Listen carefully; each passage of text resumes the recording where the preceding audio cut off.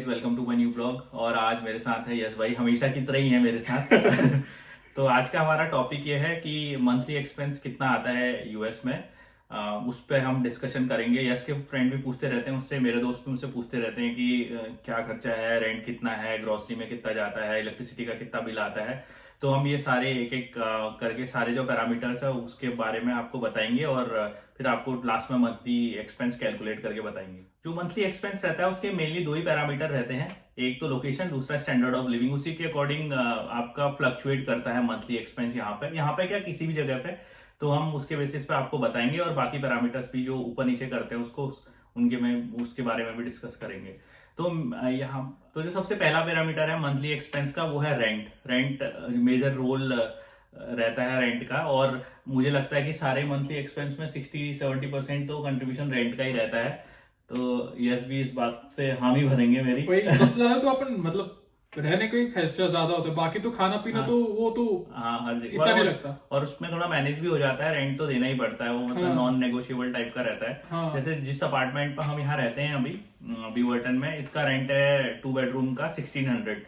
Monthly expense का जो second parameter रहता है वो है तुम्हारा एमिनिटी, सोसाइटी का जो एमिनिटीज होती है उसका चार्ज, उसमें मेंटेनेंस आता है, उसमें ट्रेस आता है, सीवेज आ जाता है, उसका अप्रोक्सीमेटली $120 रहता है और हर मंथ वो सेम ही आता है। और सोसाइटी से सोसाइटी वेरी करता है, वो किसी किसी सोसाइटी में वो $80 भी रहता है, कहीं कहीं $150 भी रहता है। तो वो सेकंड पैरामीटर है। और फिर अपना इलेक्ट्रिसिटी का ऑलमोस्ट $60 आता है, बट वो समर्स में। और ऐसा देखा जाए तो अभी तो ऑलमोस्ट अपने को 100 to 120 आता रहता है ना। हाँ, लाइट बिल। हाँ, फिर ये हो गया। फिर हाँ, और मेन चीज तो इंटरनेट, उसके सिवा तो अपन रह ही नहीं सकते। फिर हाँ, नेक्स्ट अपना इंटरनेट के चार्जेस, वो तो बहुत ही इंपॉर्टेंट है अपने लिए। फिर वो अपना है 800 Mbps का प्लान, तो उसका आता है ऑलमोस्ट $80 पर मंथ। वैसे तो 100 to 100 Mbps के भी आते हैं, वो $50 के अंदर आ जाते हैं, लेकिन इधर अच्छा वो सर्विस नहीं देता। हाँ, जो पिछला हमारा प्लान था वो ऐसे ही 100 Mbps का था, वो $50 में था।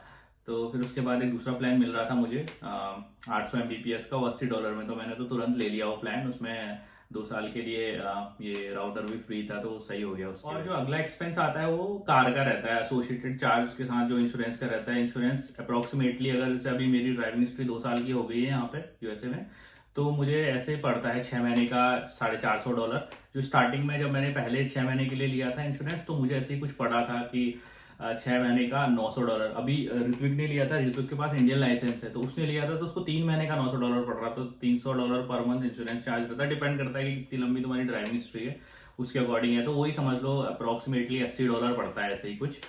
और उसके बाद जो तेल का खर्चा आता है वो रहता है अप्रोक्सीमेटली $100 आएगा पर मंथ। तो अगर तुम घूमने घामने भी जाते हो तो हो जाएगा 100 में कवर।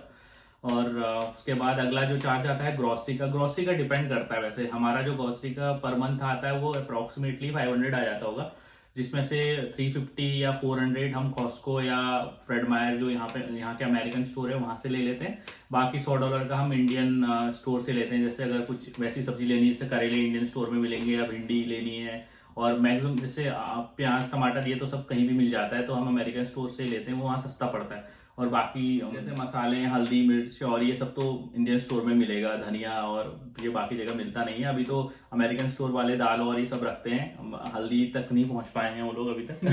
स्पाइसेस तो अभी बहुत दूर है। स्पाइसेस तो दूर हैं अभी। बाकी वो मेजर जैसे दाल चावल और ये आटा वाटा रख लेते हैं, लेकिन स्पाइसेस अभी भी हम इंडियन स्टोर से ही लाते हैं। तो इंडियन स्टोर में थोड़ा कॉस्टली रहता है यहाँ पर सारा सामान।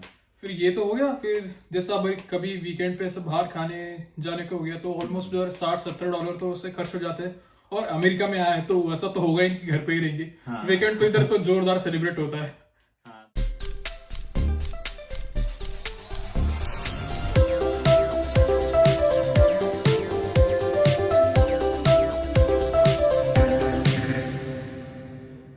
तो दोस्तों, जो बिवर्टन का मंथली एक्सपेंस है वो है इतना। मैंने यूएसडी में कैलकुलेट किया है, यस ने आईएनआर में। अभी टोटल बताते हैं आपको।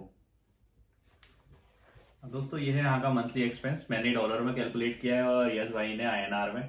देखो, ये कुछ ज़्यादा ही एक्सपेंसिव हो गया है माहौल यहाँ पे।